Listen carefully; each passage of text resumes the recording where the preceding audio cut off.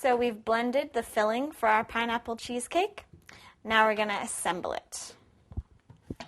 We've got a 9 by 9 inch baking pan. And we'll just spray it with a thin coating of canola oil cooking spray.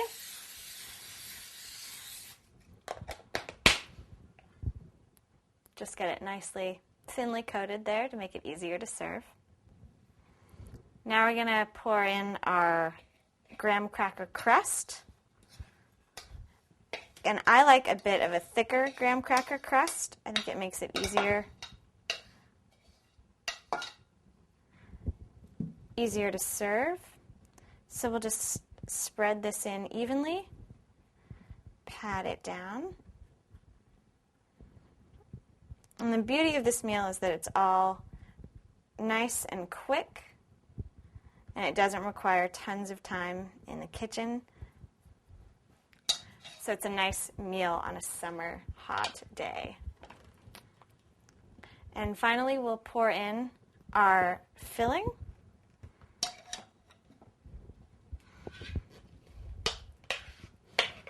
And spoon it over.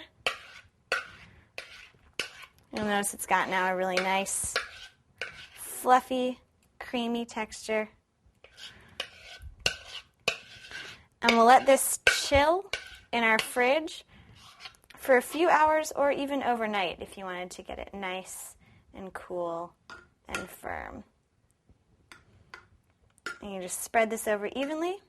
You'll serve it in slices, and if you want to garnish it, you can garnish it with a little bit of whipped cream or a little bit of fresh pineapple to go with the pineapple in the cheesecake.